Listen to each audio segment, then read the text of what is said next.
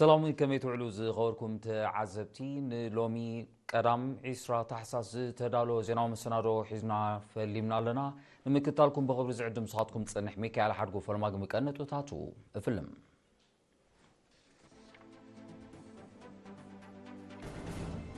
أب زوبا عن سباب العلي 8 مليون ناقفاس تفلالي بروجكتات تدبيرو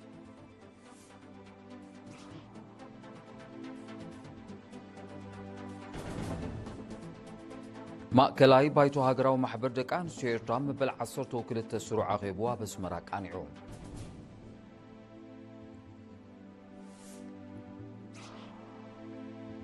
اب زوبا دوبو بكلبات اكبابين ممسرات زعلم عودزته اب مندفرا تخايدو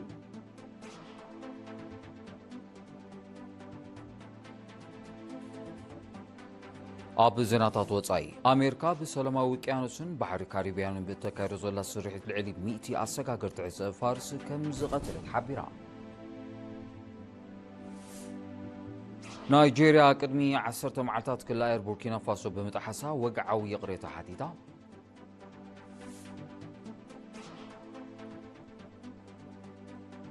اوروباوي حبرت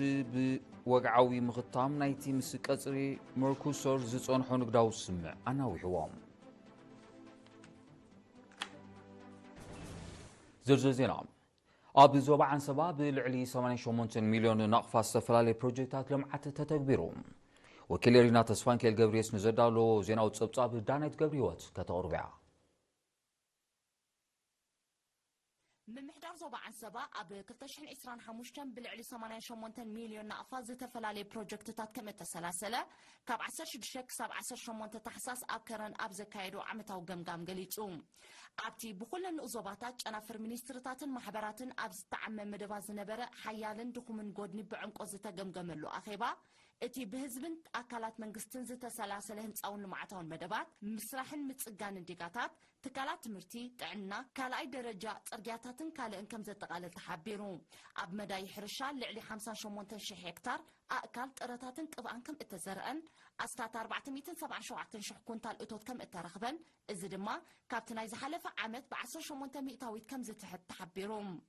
مدبات قدمة مرتن مسفح بزتا قبرت صعري نا 10 شحتا مهارو أقلقلو زهبا كلتا 271 أبيات تمرت كم اتدالوان لعلي 900 زسلت أنا ممهران أبصرح كم اتوافران أبز غربت أبتساب تتغيسوم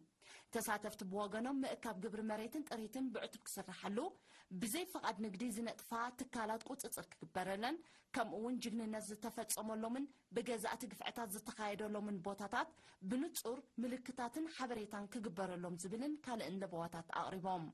أب مودعتا أم حدار زوبا عن سبا أمباسادر عبد الله موسى معك أب ماين حمدن بزحيلك سرحلو كابياتو حرشان أب زمناو ناي مغيار مسرح كدفعلو كونتات قرب ماي بدقيق تصنيعي وحسنتو خرجاجت قبر منقست بحفشا ناي تريتن مريت حرشان دما بفرلاي بقبوك إكاب كمون مدب قدمة مرتي بزل عليك سرحلو بمزخخر كلن أكلات بوهدت كسرحا أزخاخيروم نابي كالزينام سنسقرم ماكلاي بايتو هاجراو محبر دك انسيو ايرترا مبل عصرتو كلت سروع خيبو ثم لعصرتو شعت تحساسها بسمرا اكايدوم اتي جمجام نقحت عبالات نببراغ زكايد بوليتيكا وقسقاسن صلوون زرقاحي ودابطات نمسفحن محيالن استخايدت صعرن وطيتون مننتن كبرتاتن محبر نمعق اب استخايدت صعرن قسقاسون تساتفن دك انسيو اب لمعاتاو مدبات كمون ام محيال تكالاو عقمي محبرن كالن زتوكر نيرو بريزيدنت حماده ويزورو تخا تسفا ميكائيل ابزس معاتو مدره اتي محبر بزختولو قنوع استراتيجي ببعامتو عبيتنا رأي متص كمزولو بمتقاس حيالن دغمن غورنتاتن بدهوتاتن ماكل زغبر جمجام نتي قسقاس ناب زبرخ درجا زدي مخانو غليصا بوليتيكاو نقحات دك انسيو كبن مبال استخيد صعرتات اقداسنتو لعل كم زخونه بمحبار اوشتن وطان زنبرا ابالات محبر بمننتن زحبنان اب كل مريات بداتي كونان منتي كلن أكلات بحلافنتك عيات محصينا أبلات ماكلاي بايتو بوغنن أب وشتي هاجرن دياسبوران أب مدبات لمعاتن مختن أب سلاسل مدبات معك أب كبرتاتن منتن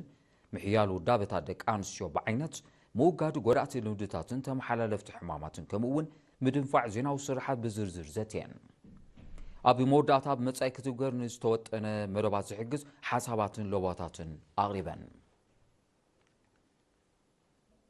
ክለባት ኣከባቢ ኣብ ኣብያተ ትምህርቲ ንምምስራት ዝካየድ ብፅንሐ ንጥፈታት ኣብ ዞባ ደቡብ ኣብ ኣብያተ ትምህርቲ ንምምስራትን ዝዓለመ ዓውዲ ዘተ ኣብ መንደፈራ ተኻይዱ ወኪል ኤሪና ሸዊት ገብረ ብርሃን ዘዳለቶ ጸብጻብ ይስዕብ ኣብ ዞባ ደቡብ ክለባት ኣከባቢ ኣብ ኣብያተ ትምህርቲ ንምምስራት ዝዓለመ ብምውሃድ ሚኒስትሪ መሬት ማይን ኣከባብን ሚኒስትሪ ትምህርትን ዝተወደበ ዓውደ ዘተ ብ18 ታሕሳስ ኣብ መንደፈራ ተቓኒዑ ሓላፍ ጨንፈር ትምህርቲ መምህር ህብቲ ዝጊ ኪዳና ኣብ ዘስምዖ ቃል ኣብ ዝሓለፈ ዓመታት ኣብ ኣብያተ ትምህርቲ ዝተመስረታ ሓምላይ ክለባት ዝምስገን ንጥፈታት ከም ዘካየዳ ብምጥቃስ እቲ ዓውደ ዘተ ነቲ መደብ ንምድንፋዕ ኣገዳሲ ከም ዝኾነ ገሊጹ ኣብ ክፍሊ ኣከባቢ ሓላፍ ኣሃዱ ኣከባቢያዊ ጎስጓስ ኣቶ ዮሴፍ ገብረ ኢየሱስ ድማ ንትርጉም ኣከባቢ ስፍሓትን ዳረትን ኣከባቢ ሓቅታትን ጸጋታትን ኣከባብን ብድሆታቱን ከምኡውን ንኣከባቢያዊ ብድሆታት ኤርትራ ብመንጽር ክሊማዊ ለውጡን ደረጃ ንቕሓት ሕብረተሰብን ሰፊሕ ሓበሬታ ሂቡ ንድሕነት ኣከባቢ ኩላ ኣካል ሕብረተሰብ እጃሙ ከበርክት ዝጸውዐ ኣብ ሚኒስትሪ መሬት ማይን ኣከባብን ዳይሬክተር ኣከባቢያዊ ጎስጓስን ሓበሬታን ኣቶ ኣማን ሳልሕ ነይርና ኣብ ዝሃበ ሓበሬታ ብድሆታት ኣከባቢ ብደረጃ ዓለምን ሃገርናን እናወስኸ ይመጽእ ምህላው ብምግላጽ ዕላማታ ዓውደ ዘተ ሕብረተሰብ ውሕሱን ቀጻልነት ዘለዎን ኣከባቢ ንኽውንን ተምሃሮ ድማ ኣብ ንኡስ ዕድሚኦም ረዲእቶም ከባቢሎም ምስኦም ዝዓቢ ሓላፍነት ክስከሙ ከም ዝኾነ ኣነጺሮም ተሳተፍቲ ብወገኖም ተራ ኣመሓደርቲ ኣብቲ መደብ ልዑል ስለ ዝኾነ ዝሳተፍሉ መገዲ ክፍጠር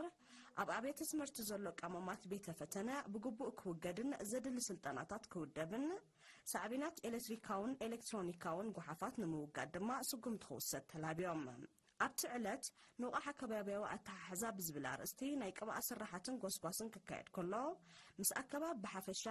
ምስ ምውጋን ረቂቕ ፕላስቲክ ድማ ብፍላይ ተተሓሒዙ ኣብ ዝተኻየደ ውድድር ሓፈሻዊ ፍልጠት ንዝተዓወቱ ሽልማት ተዓዲሉ ጸብጻብ ከተቕርበልና ጸንሕት ፎርቱና ዓንዶምያ ዜናታት ንቕጽል ጨንፈር ሃገራዊ ማሕበር መንስያትን ተምሃሮን ኤርትራ ዞባ ማእከል ብ18 ታሕሳስ ናይ ዓመት 2025 ንጥፈታቱ ገምጊሙ ሓላፊቲ ጨንፈራቶ ሳምሶን ክፍለ ኩልንትናዊ ንቕሓትን ውዳበን መንስያት ንምብራኽ ምስ ኩሎም ኣካላት መንግስትን ግንባርን ብምውሃድ ውፅኢታዊ ንጥፈታት ከም ተሰላሰለ ሓቢሩ ሓለፍቲ ኣሃዱታት ኣብያተ ጽሕፈት ንኡስ ዞባታትን ድማ ኣብ ፖለቲካዊ ውድባዊ ማሕበራውን ባህላውን መርያት ሞያዊ ስልጠናታት ኣበርክቶ ኣብ ሕብረተሰብ ከምኡውን ኣብ መዞን ሰንዓን ናይ ዝተዓሙ መደባት መብርሂ ኣቕሪቦም በዚ መሰረት 60 ደቂ ኣንስትዮ ዝርከብኦም 3836 መንስያት ስልጠና ማሕበራዊ ስነ ፍልጠት ከም ዝቐሰሙ ኣብ ሃገራዊ ምርመራ ሻሙናይ ክፍሊ ቴስዓን ልዕሊ ነጥቢ ንዘመዝገቡ 241 ተምሃሮ ድማ ሽልማት ፊቶራር ከም ተዓደለ ገሊጾም ንዝተዋሃበ ሞያዊ ስልጠናታት ብዝምልከት 1935 መንስያት ብስነ ጽባቐ ጸጉሪ ርእሲ ቀዳማይ ረድኤት ድራማ ስነ ጽሑፍ ስነ ሒሳብ ምምሕዳር ኣውቶ ሜካኒክ ቴክኖሎጂ ኮምፒውተር ከምኡውን ኣርትዖ ተንቀሳቓስን ደረቕን ስእሊ ከም ሰልጠኑ ሓቢሮም ኣብ ሃገራዊ ማሕበር መንስያት ተምሃሮ ኤርትራ ሓላፊት ምክትታል ዞባታት ወይዘሪት ሄለን ኣሚነ ቦገና ኣብ ውዳበ መንስያት ስራሕተኛታት ዘሎ ድኻማት ክፍወስ ኣብ ውዳበ ተምሃሮ ድማ ማዕረ ተሳታፍነት ናይ ክልቲኡ ጾታ ክረጋገጽ ኣተሓሳሲባ ኣብ መወዳእታ ተሳተፍቲ ውዳበ ማሕበር ክሳብ ምምሕዳራት ከባቢ ክወርድ ዑደት ናብ ልምዓታዊ ቦታታት ክውደብ ንመምህራን ወከልቲ ማሕበር ኣብ ኣብያተ ትምህርቲ ስልጠናታት ክወሃብ ዝብልን ካልእ ለቦታት ኣቕሪቦም ዋናይ ካይዲ ስራሕ ምምሕዳር ዞባ ማእከል ኣቶ ዘርኢ ተወልደ ብርሃን ኣብ ዝሃቦ መዛዘሚ ቃል ንቕሓትን ፍልጠትን መንስያት ንብብራኽ ኣብ ዝካየድ ጻዕሪ ውህደት ናይ ኩለን መሻርክቲ ኣካላት ክዓዝዝ ኣሉታዊ ተርእዮታት ንምቅላስ ድማ ኣብ ማእከላይን ካልኣይን ደረጃ ቤተ ትምህርቲ ጎስጓሳዊ መደብ ክካየድ ኣዘኻኺሩ ኣብ ዞባ ማእከል እወታውን ኣሉታውን ጎድንታት ሰብ ዝሰርሖ ብልሒ ዘጉልሕ ሴሚናር ንተምሃሮ ካልኣይ ደረጃ ተዋሂቡ ካብ ህዝባዊ ርክባት ጨንፈር ሚኒስትሪ ትምህርቲ ዝበፅሓና ዜናዊ ጸብጻብ ኣሎ ኣብርሃም ዓንደማርያም ከቕርቦ እዩ ኣብ ዞባ ማእከል ንረብሓን ኣሉታዊ ጎድንታትን ሰብ ዝሰርሖ ብልሒ ዘጉልሕ ሴሚናር ካብ 16 ክሳብ 18 ታሕሳስ ንልዕሊ 4,000 ተምሃሮ ካልኣይ ደረጃ ተዋሂቡ እቲ ካብ ሕቡራት መንግስታት ኣሜሪካ ብዝመፀ ክኢላ ሰብ ዝሰርሖ ብልሒ ዶክተር መድሃኔ ማሪቆስ ዝተዋህበ ሴሚናር ንእንታይነት ሰብ ዝሰርሖ ብልሒ ዛጊድ ብኡ ዝተበፅሐ ምዕባለታት ሳዕቤናቱን መከላኸሊኡን ከምኡውን ካብ ተጠቃምነት ናብ መሃዝነትን ተወዳድርነትን ንምእታው ዘሎ ተኽእሎታት ዘብርህ እዩ ኣብዚ ዘለናዮ ዘመነ ረቂቕ ቴክኖሎጂ ተማሃሮ ካብ ኣህለህቲ ውፅኢት ሰብ ስርሖ ብልሒ ጥራይ ዝኾኑ ኣፍረይቲ ዘመናዊ ቴክኖሎጂን ተወዳደርትን ክኾኑ እቲ ባይታ ጥጡሕን ቀሊልን ከም ዝኾነ ዝጠቐሰ ዶክተር መድሃኔ ኣብ መባእታ ማእከላይን ካልኣይን ደረጃ ዝቕሰም ፍልጠት መሰረትን ዓንድን ዝተረቐቐ ቴክኖሎጂ ስለ ዝኾነ ተማሃሮ ብሩህ መጻኢኦም ንኸውሕሱ ትምህርቶም ብዕቱብ ክከታተሉ ኣዘኻኺሩ ተሳተፍቲ ብወገኖም ዝተዋህቦም ሰሚናር መሰረታዊ ፍልጠት ንኽጭቡጡ ከም ዝሓገዞም ብምጥቃስ ብዘይ ብቑዕ ፍልጠት መጻኢኦም ከውሕሱ ከም ዘይክእሉ እውን ከም ተገንዘቡ ገሊጾም ሓላፊ ኣብያተ ትምህርቲ ካልኣይ ደረጃ ዞባ ማእከል መምህር ዮሃንስ ሰሎሙን ኣብ ዘስምዖ ቃል ተማሃሮን ዝቐሰምዎ መባእታዊ ኣፍልጦ ሰብ ስርሖ ብልሒ ብውልቃዊ ጻዕሮም ኣዕሚቖም ኣብ ረብሓ ሃገሮምን ህዝቦምን ከውዕልዎ ተላብዩ ኣብ መዛዘሚ ሓላፊ ጨንፈር ትምህርቲ ዞባ ማእከል መምህር በላይ ሃብተጋብር ዘለናዮ ዘመን ናይ ፍልጠትን ምርቓቕ ቴክኖሎጂ ምህዞን ስለ ዝኾነ ተማሃሮ ሙሉእ ግዜኦምን ኣድህቦኦምን ኣብ ትምህርቲ ክገብሩ ኣዘኻኺሩ ዝኸበርኩም ተዓዘብትን ዜናታት ወጻኢ ድሕሪ ዝሓጻር መሰጋገሪት ክምለሰኩም ንምክታልኩም ክቅጽሉ ደጊመም በብር ዕድም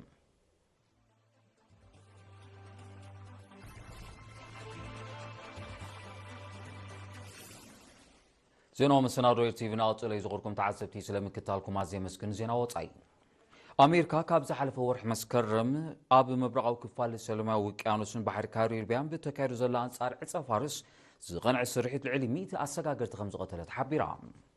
በቲ ዝቕፅል ዘሎ ስርሒት ሳብቲ ምስግጋር ከም ዝነጥፋ ዝጠቐሰተን ልዕሊ 30 ጀላቡ ከም ዝዕነወት እውን ኣፍሊጣ ኣቕዲማ ብባሕሪ ካሪቢያን ሳማሪናትን ዓርሞሸሽ መራኸቢ ውግእን ዝሓቆፈ ሰራዊት ዘዋፈረት ኣሜሪካ ኣብ ሃገራት ላቲን ኣሜሪካ ወታደራዊ ኣሃዱ ከም እትዋፍር ገሊጻ ኣላ ከም ኣካል ተወፍሪ ካብ ፈልማ 2026 ኣንጻር ምስጋር ዕፀ ፋርስ ዝነጥፍ ሰራዊት ናብ ኤኳዶር ከም እትልእኽ እውን ሓቢራ እቲ ወፍሪ ብስምዕ ክልቲአን ሃገራት ከም ዝትግበር ኤምባሲ ኣሜሪካ ኣብ ኤኳዶር ኣብ ዝሓለፈ ሳልስ ምጥቃሱ ዝዝከር እዩ እቲ ወታደራዊ ወፍሪ ንጸጥታ ሰላማዊ ውቅያኖስን ባሕሪ ካሪቢያንን ኣብ ሓደጋ ዝእቱ ምዃኑ ብሓያሎ መራሕቲ ሃገራት ላቲን ኣሜሪካ ይውቀሱ እኳ እንተሎ ኣሜሪካ ግና ኣብ ምቅታዕ ገበናት ዕፀ ፋርስ ሱርበትኻዊ ለውጢ ከም ዘለዎ ኣሚታ ኣላ እዚ ኣሜሪካ ተካይዶ ዘላ ወታደራዊ ስርሒት ኣቕዲማ ካብ ዘካየደቶ ኣንጻር ምስግጋር ዕፀ ፋርስ ዝቐንዐ ወፍሪ እቲ ዝሓየለ ምዃኑ ጸብጻባት የረዱ ናይጄርያ ቅድሚ 10 መዓልታት ክልል ኣየር ቡርኪና ፋሶ ብምጥሓሳ ወግዓዊ ቅሬታ ሓቲታ መንግስቲ ናይጄርያ ብ10 ታሕሳስ ወታደራዊት ነፋሪት ብክልል ኣየር ሃገሩ ከም ዘብረረ ዝወቐሰ ሓይሊ ኣየር ቡርኪና ፋሶ ነቲ ስጉምቲ ተኽቷኺ ክብል ብምጥቃስ ብትሪ ከም ዝኾነ ዝዝከር እዩ ነታ ነፋሪት ውሑስ ብዝኾነ መገዲ ዓጊቱ ከም ተዓልብ ከም ዝገበረ ዝሕብር ሓይሊ ኣየር ቡርኪና ፋሶ ተሳፊሮማ ንዝነበሩ 11 ወታደራት ናይጄርያ ከም ዝሓዘ ኣፍሊጦ መንግስቲ ናይጄርያ እታ ነፋሪት ብሰንኪ ቴክኒካዊ ፀገም ብክልል ኣየር ቡርኪና ፋሶ ከም ዝበረረት ብምጥቃስ ብሰንኩ ክስዕብ ንዝኽእል ዘይምቅዳው ብዘተ ክፈትሖ ከም ዝደልዩ ሓቢሩ ዘሎ መንግስቲ ቡርኪና ፋሶ ካብ ናይጄርያ ድሕሪ ዝቐረበሉ ወግዓዊ ቅሬታ ነቶም ወታደራት ነፃ ከም ዝለቐቑ ገሊጹ ኣሎ ናይጄርያ ነቲ ሃገራት ምዕራብ ብሓፈሻ ፈረንሳ ድማ ብፍላይ ኣብ ዞባ ሳሕል ዝገብሮ ስልያዊ ሽርሕታት ክትተሓባበር ከም ፀንሐት እዩ መንግስቲ ቡርኪና ፋሶ ዝኸስስ ይኹን እምበር ናይጄርያ ነዚ ክስ እዚ ክነፅጎ ፀኒሓላ ቡርኪና ፋሶ ማሊ ኒጀርን ኣብ ዞባ ሳሕል ዝግበር ግደማዊ ምትእትታዊ ብትሪ ከም ዝቃወምኦ ዝፍለጥ እዩ ኤውሮጳዊ ሕብረት ወግዓዊ ምኽታም ናይቲን 4 ሃገራት ደቡብ ኣሜሪካ ዝሓቁፍ ቀፅሪ መርኮሱር ንዝበፅሖ ነፃ ንግዳዊ ስምዕ ኣናዊሕዎ እዚ ስጉምቲ ዝተወስደ ብ18 ታሕሳስ ካብ ኩለን ኣባላት ሃገራት ዝተኣኻኸቡ ኣስታት 10,000 ሓረስቶት ብትራክተራትን ካልእ ሕርሻዊ ማሽነሪታትን ተሰንዮም ናብቲ ኣብ ከተማ ብራስለስ ቤልጅየም ዝርከብ ማእከላይ ቤት ጽሕፈት ኤውሮጳ ሕብረት ብምራሕ ነቲ ስምዕ ዘለዎም ተቃውሞ ድሕሪ ምግላጾም እዩ እቶም ሓረስቶት ካብ ሃገራት ደቡብ ኣሜሪካ ብሕሱር ዝለኣኽ ስጋ ከብቲ ሽኮርን ስጋ ደርሆን ዘጠቓለለ ሕርሻዊ ፍርያት ንዕዳጋታት ውሽጢ ሃገርን መነባብሮኦምን ባእሎታ ከይጸልዎ ስለ ዝሰጉ እዮም እቲ ስምምዕ ደው ክብል ዝጽውዑ ዘለዉ ብሰንኪቲ እቶም ሓረስቶት ንምብታኖም ምስ ተዋፈሩ ሓይልታት ጸጥታ ከም ተጋጨው እውን ተቓሊዑ ኣፈኛ ኮሚሽን ኤውሮጳ ሕብረት ፓውላ ፒንሆ ብ18 ታሕሳስ ኣብ ዝሃበቶ መግለጺ ስነ ስርዓት ምኽታም ናይቲ ኣብ መንጎ ኤውሮጳ ሕብረትን ንብራዚል ኣርጀንቲና ኦራጓይን ፓራጓይን ዝሓቁፍ ቀፅሪ መርኮሱርን ዝተበፅሐ ንግዳዊ ስምዕ ክሳብ ዝመፅእ ወርሒ ጥሪ 2026 ከም ተናዊሓ ኣረጋጊፃ በዚ ድማ እቲ ን25 ዓመታት ድሕሪ ዝቐፀለ ዝርርብ ኣብ 2024 ዝተዛዘመ ንግዳዊ ስምዕ صباح 10 تحساس ኣብ ብራዚል ብወግዒ ክኽተም ዝነበረ መደብ ተሰሪዙ ኣሎ ጀርመን ስጳኛን ሃገራት ኖርዲክን እቲ ስምዕ በኣሜሪካ ዝተበየነ ቀረጽ ንምምካትን ቁጠባዊ ጽግዕተኛት ቻይና ንምንካይን ኣገዳሲ ምዃኑ ክገልጻ ከለዋ ፈረንሳ ኢጣልያ ፖላንድን ሃጋርን ሓረስቶት ኤውሮጳ ዝጎድእ ከይከውን ብምስጋእ ተቃዊሞን ኣለዋ ሓረስቶት ዝተፈላለየ ኣባል ሃገራት ካብ ኤውሮጳ ሕብረት ወጻኢ ዝግበር እታዊ ሕርሻዊ ፍርያት መግቲ ክግበረሉ ብምጽዋዕ እቲ ሕብረት ኣብቲ ጽላት ንዝኽተሎ ዘሎ ፖሊሲታት ዘለዎም ተቃውሞ ብተደጋጋሚ ክገልጹ ምጽንሖም ይፍለጥ ህንድን ዑማንን ብ18 ታሕሳስ ታሪኻዊ ምዃኑ ዝጠቐሶ ነፃ ንግዳዊ ስምዕ ተፈራሪመን እዚ ስምዕ ዝተኸተመ ኣብ ዑማን ናይ ክልተ መዓልታት ምብጻሕ ዝፈጸመ ቀዳማይ ሚኒስትር ህንዲ ናሬንድራ ሞዲ ኣብ ከተማ መስቐጥ ምስ ሱልጣን ዑማን ሃይሰም ቢን ጣርቕ ድሕሪ ዘካየዶ ርክብ እዩ እቲ ስምዕ ክልታዊ ንግዲ ንምድንፋዕ ሰደድ ፍርያት ህንዲ ናብ ዑማን ንምዝያድ ዝዓለመ እዩ ብመሰረት ስምዕ ዑማን ናብ ዕዳጋታታ ንዝለኣኽ ቀረብ ቆርበት መድሃኒት ሕርሻን ንዝርከቦ 99% ሰደድ ፍርያት ህንዲ ካብ ቀረጽ ነፃ ክትገብር እያ መጠን ንግዳዊ ምልዋጥ ክልቲአን ሃገራት ኣብ 2025 ልዕሊ 10 ቢልዮን ዶላር ከም ዝበጽሐ ጸብጻባት ይሕብሩ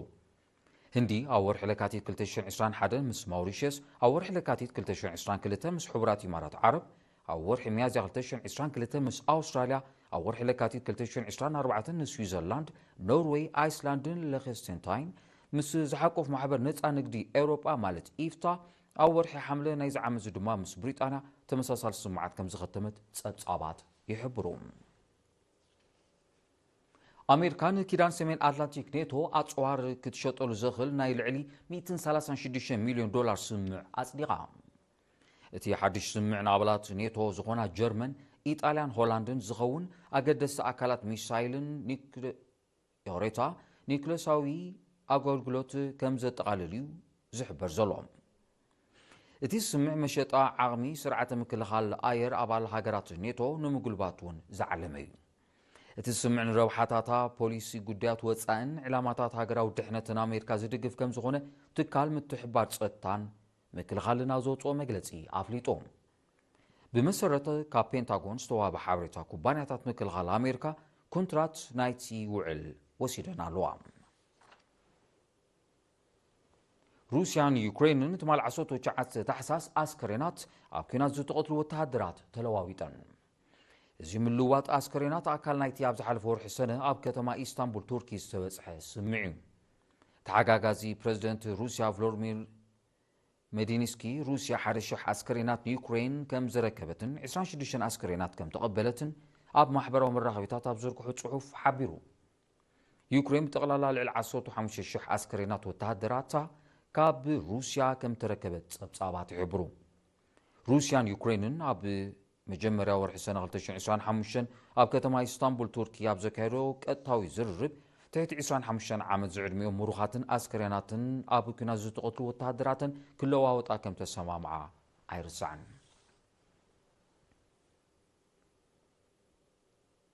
ዜናታት ንምዛም ቀንዲ ነጥብታቱ ክደግመልኩም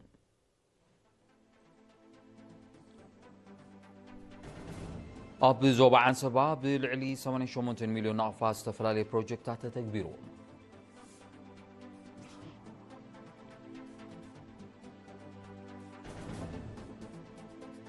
ማእከላይ ባይቶ ሃገራዊ ማሕበር ደቂ ኣንስትዮ ኤርትራ መበል 12 ስሩዕ ኣኼቡ ኣብ ኣስመራ ቃኒዑ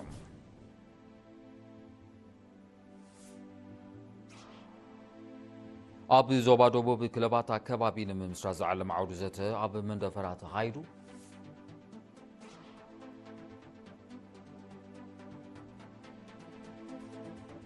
ኣብ ዜናታት ወጻኢ ኣሜሪካ ብሰላማዊ ውቅያኖስን ባሕሪ ካሪብያንን ብተካይዶ ዘላ ስርሒት ልዕሊ 100 ኣሰጋገር ትዕፀ ፋርስ ከም ዝቐተለት ሓቢራ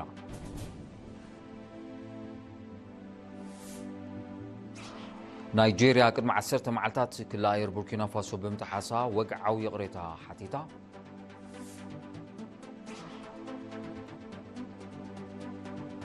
ኤውሮጳዊ ሕብረት ወግዓዊ ምኽታም ናይቲ ምስ ቀጽሪ መርኩሱር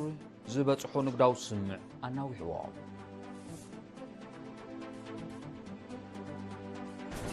زي خبركم تعزبتين لو قتل استدالو زينا ومسنا رابزي في تصم سلامك تالكم ما زينا نمسكن جورات عنا صعوبات قرب يا بوغنيكم السلام